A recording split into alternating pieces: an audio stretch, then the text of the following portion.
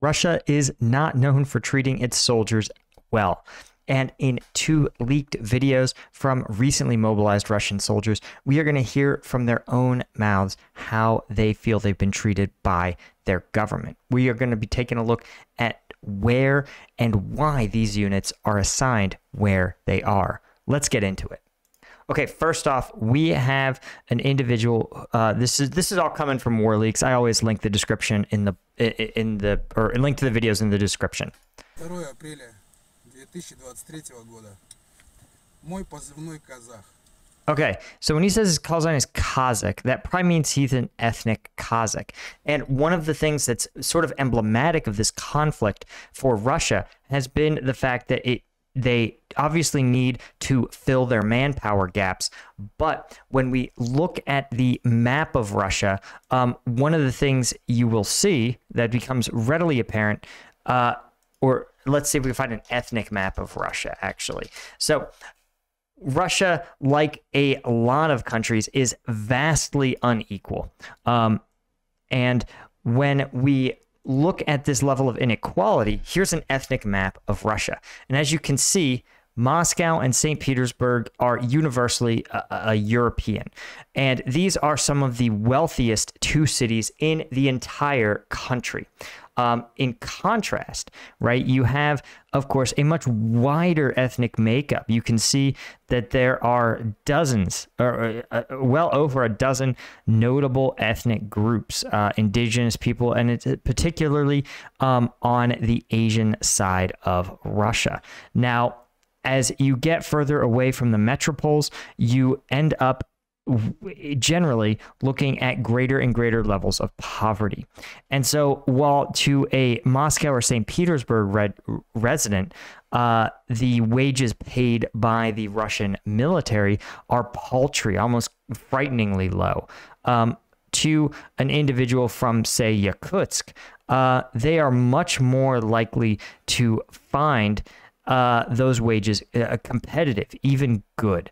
And so that is, of course, not an accident. It's a deliberate recruitment. That vulnerability is a recruiting tool for the Russian military.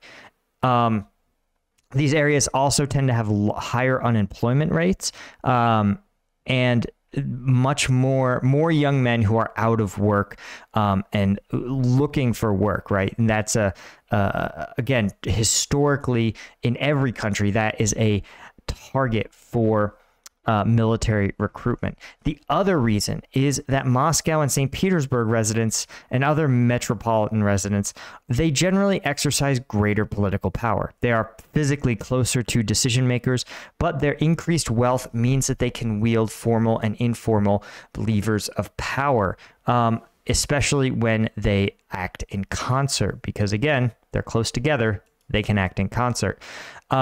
That fear that if enough of them feel wronged or mistreated by their government, that they can actually take meaningful action against it, as opposed to, say, an indigenous, a primarily indigenous city in hundreds of miles from Moscow or in St. Petersburg with relatively low household incomes. They're just not going to wield the political influence, even if they feel they've been mistreated at scale by the government. So again, something to take away when you hear these ethnic Russians, Russians of different ethnicities, talking about their experiences. Возможно, после этого видеообращения мне дадут по башке, меня больше никто никогда не найдет, но терпеть просто нету больше никаких сил. За моей спиной находится угледар. So he is 600 meters in front of Volodar. And when we take a look at the combat map, you guys can see Volodar's in the south here. There's a really high concentration of Russian forces, and he is probably stationed along this line here. As you guys may know, if you've been on the channel for any length of time, especially if you've been a member of combatvetnews.com and gotten access to the exclusive videos, you know Volodar is hotly contested. Russian forces, the Russian Ministry of Defense has been trying to take Volodar for months. But because the terrain is so open, because the Ukrainians are so good at coordinating their defenses and in placing mines and other obstacles, and because the Russian military is undertrained and under-equipped for this sort of task, the result is that Volodar stands. It's in Ukrainian hands, and Russian forces are holding the line. Occasionally, they do launch attacks, generally mechanized forces, tanks, and APCs. But again, due to the heavy mining and good coordination by the defenders in Volodar, these attacks are almost frighteningly ineffective. Very high casualty rates. Supposedly, some of the primary Russian units that have been involved in these attacks have functionally taken 100% casualties and been reconstituted again and again. В 100 метрах мы находимся на самом переднем крае. Сейчас мы получили по соплям. По нам работало стрелковое оружие, АГСы, минометы. Мы забились в норы, как мыши, и не вылазили оттуда, пока все это не закончилось. Благо не было прямых попаданий, поэтому все 6 из нас. Yeah, it's kind of wild to me how this fight is so strong point specific, how this combat is often strong point specific. And so, and you can see from the terrain, let's see if we can get this on satellite. So, okay, when you look at the terrain, you realize that let's say you're 6 people and you have a machine gun position.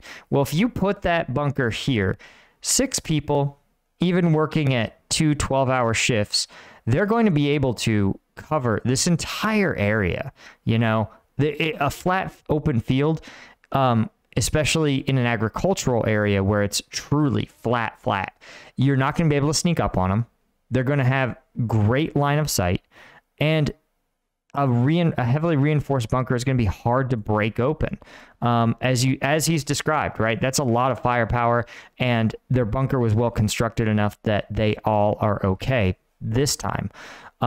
But you understand why, you're starting to see in the terrain why Volodar is just such a hard target for either side to crack. It's just so defensible. Живы и здоровы. Хвала Всевышнему. Нам не платят суточных и боевых, потому что якобы мы не штурмуем. Да, мы не штурмуем, но находимся на передке. Хотя находиться здесь не... Right. This is sort of preposterous. He's describing that he's like, I'm not at the front lines, and I'm not paid the additional salary of an assault troop. And he should be getting combat pay, but I truly believe that based on all the evidence I've seen, that this is... that to be an assault troop in the Russian military is a high casualty job. They probably don't pay them their salaries because they don't last long enough to earn them. So again, if he was instructed to conduct assaults, he should be paid accordingly. But there are, like war, like every other sport, there are levels to this game, and the level you don't want to be at is Russian assault troop. Должны находиться в зеленой зоне территориальной обороны, так как мы мобилизованы. So, exactly. So this is one of the key pieces of data, is that Russian policy says that mobilized troops do not go to the front lines. Mobilized troops or conscripts are not supposed to, they're supposed to be in reserve, supporting main body combat troops. But there's increasing evidence that this is just Russian propaganda inflicted on its own people, that mobilized troops will be in non-combat roles, but that literally consists of simply not being on offense, not being an assault troop. Not the same thing as being away from the fighting. This sounds like significant fighting. So again, really interesting look at one of the recently mobilized Russian soldiers who feel like their government is playing fast and loose with the rules. Today's video is sponsored by Siege World War II. Siege World War II is a mobile real-time strategy game where you raise and command armies and engage in epic PvP battles. Unlock and collect the ultimate troop upgrades and tactics, form clans to share cards, and dominate the global leaderboards. With over 40 seasons and over 1 million downloads, this game is constantly getting upgrades, new challenges, and rewards. Use my link in the description or the QR code to download and play for free. But now we're going to look at an entire unit who feels that their government has literally forgotten about them. This is really a testament to the poor Russian organization. But let's take a crack right at it. Мы военнослужащие военных частей 11048, 61899, также известный как 27-я мотострелковая бригада, с полевого лагеря, находящегося по адресу Постоялые дворы, были направлены в направлении, со слов подполковника Маяцкого. So this sounds like a recently mobilized unit. They conducted their unit training at a camp, and then they gave the names of the 2 officers that sent them towards Crimea. And I want to point out, you may be like, wow, a lieutenant colonel and a colonel, that's a high rank for a few hundred troops. This is approximately the size of maybe a company. And the thing that's interesting to me is that this is actually a standard for Russian armed forces, that what we would consider flag grade officers assume very direct control of formations. It's one of the reasons why so many Russian officers end up KIA, is because they are expected to have all instructions, everything that units do in combat is expected to be given as an order from these flag grade officers. And generally junior officers and Russian soldiers, they don't take any initiative of their own. Переводиться в Южный военный округ. Боевое распоряжение нам показано не было. С нами отправлено, офицеров не было. This is really interesting to me. They say, oh, no officers were sent with us. So this was just a manpower formation. And remember, the Russian military, unlike the U.S. military, doesn't have an NCO corps. There's not really this idea of non-commissioned officers rising through the ranks and becoming leaders and organizers of their units. In contrast, in the U.S. military, there is a parallel structure of nothing but non-commissioned officers. Literally, the U.S. military could lose almost every officer below the brigade level, and they would probably still sort of function. There'd be some serious degradation, especially in things like planning and forecasting and data collection and reporting, like brigade level. Any staff above the battalion level really depends on robust officer corps to do some of that, like, middle management type of stuff.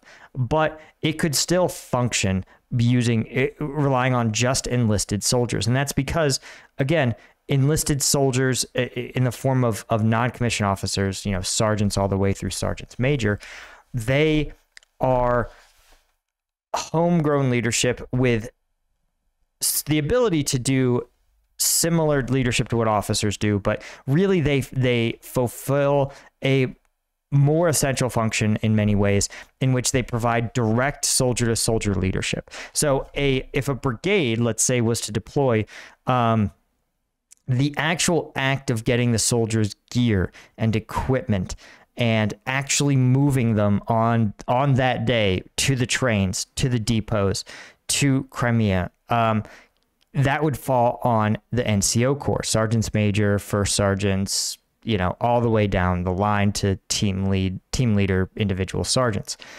And that would empower the officers to not have to worry about the movement of the brigade, but while that brigade's moving, the officers can look ahead and say, where are we going to? What do we need? How do we prepare to get there?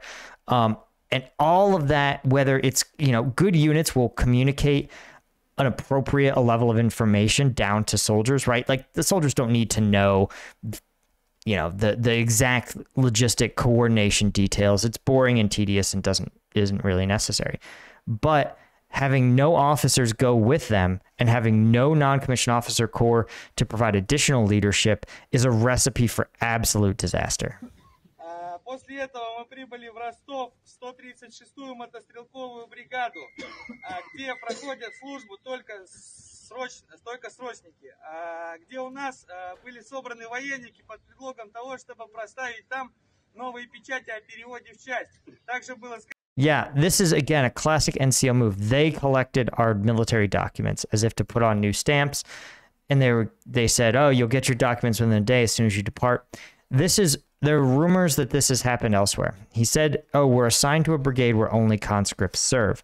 And what this to me may indicate, there's some evidence that in order to not pay benefits to soldiers and in order to circumvent Russian laws and regulations about where mobilized or conscripted soldiers can and can't serve, that Russia is playing some games where they will collect documents in Russia and hold the soldiers' documents there in Russia so that technically they are never assigned to Ukraine, but the unit itself is sent to Ukraine. And it may be deliberate, right? It may be they don't send officers there because they refuse to play those games with their officers, right? Officers may not tolerate.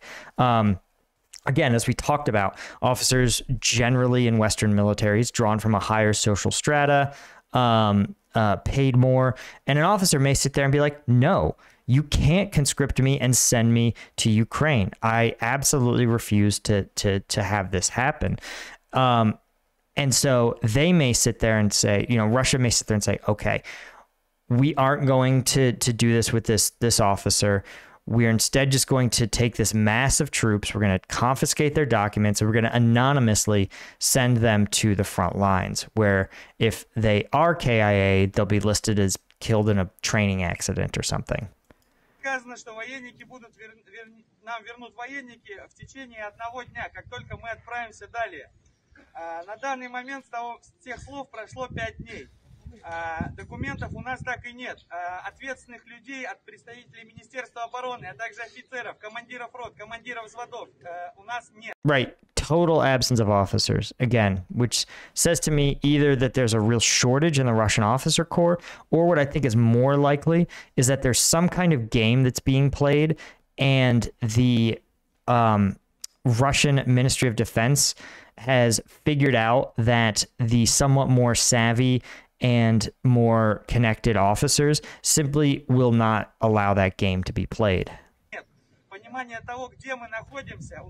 Plus, it's also true that in pissing off an officer is a bad idea, especially when that officer has a platoon or a company of soldiers who are also pissed off.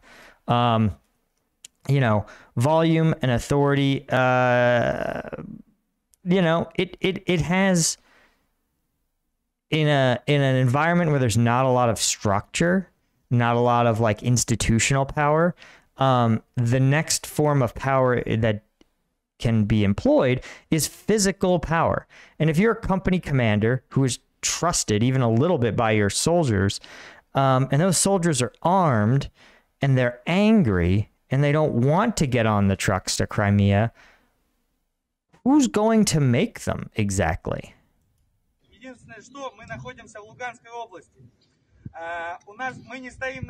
Right. They don't even know where they are. They just know they're in Luhansk Oblast, which is crazy to me that you would not even know where you are. But again, makes me think that perhaps they're not supposed to be able to know for sure where they are.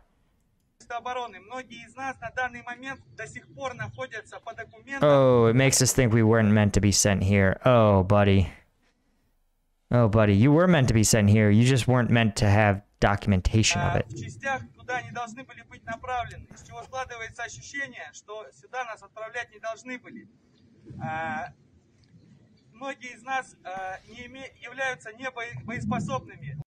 This is also interesting. He says, we're not combat capable. Many of us have a D category, which we're not going to cover the whole thing because this is 6 minutes long, and at some point they just sort of become rambling.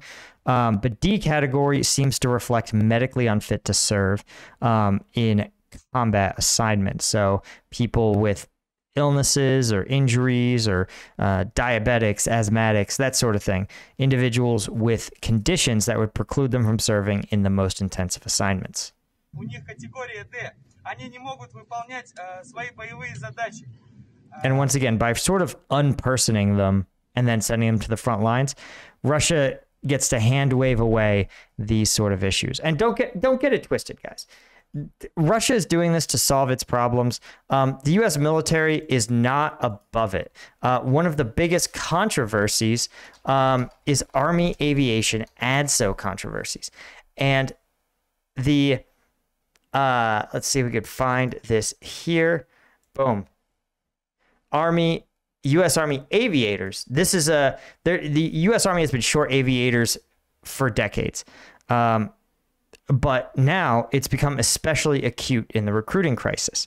And so the U.S. military, for the better part of decades, has had this policy that Army aviators incur an active duty service obligation ranging from 6 to 10 years after they complete flight training. Right? Because the Army's not going to invest millions to train you if you're not going to get their money's worth. And that's fine. Right? But some of these aviators are told that they have been extended by over 3 years. So because aviation is some people really want aviation. They don't want to do any other job. And so what they would do from 2008 to 2020, the Army said, listen, if you promise us you will serve an extended period of time, we'll give you the branch you want. Right? In exchange for 3 years of service. And this was a great deal because, again, completing Army flight school means you owe the Army at least 6 to 10 years, depending on your aircraft. Well, this is fine. So why would you not sign up for an additional 3 years if you're already extended to 6? Well, and for years, this was how this was calculated. Well, then, now that it's a little bit harder to hold on to aviators, the Army has realized it made a mistake, an error that had been going on for 15 years, right? It's not an error if you interpret your contracts the same way for 15 straight years, and then you suddenly catch the error and extend these soldiers' service an additional 3 years. So now they're saying you have the 6-year aviation requirement plus another 3 after that for your because you took that guaranteed branch. Right? One captain said, we bought a house with the intent that he'd be out of the Army at his current duty station. With the new timeline, he'll have to PCS. Right? He planned to be a dad for his kids for 2 years. And right now they'll have to delay having kids because you just can't be in the Army and have kids. That's just a fact. The Army's kind of a jerk like that. Yeah, it's just wild, man. It's just a wild way to treat soldiers. But the point is, these games are not exclusive to the Russian military.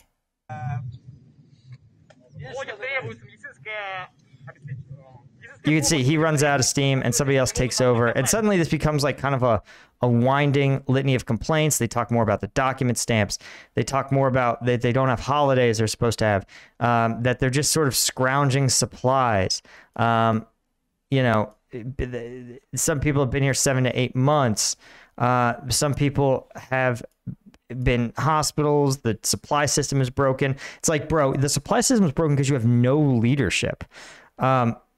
There's also issues with pay because they know they're in Luhansk, but they're officially not. And they're basically, this is what it comes down to. We have no understanding of what's happening because there is no chain of command. And ultimately, guys, this is a reflection of Russia's struggles and inability to produce a military that has leadership from the top down. This poor organization, this poor treatment of recently mobilized soldiers it's not an accident. It's just like the Bradge, though. The Army claims that this aviation thing was a mistake or a math error, but that's not how this works. The Army has unilaterally renegotiated aviators' contracts, just like the Russian military has unilaterally renegotiated where and when conscripts and mobilized soldiers can serve. Anyway, guys, that's all I had for you. Thank you so much, as always. Links to combatvetnews.com in the description if you want to check out all the combat videos that I can't show you here. And I'll see you in the next one.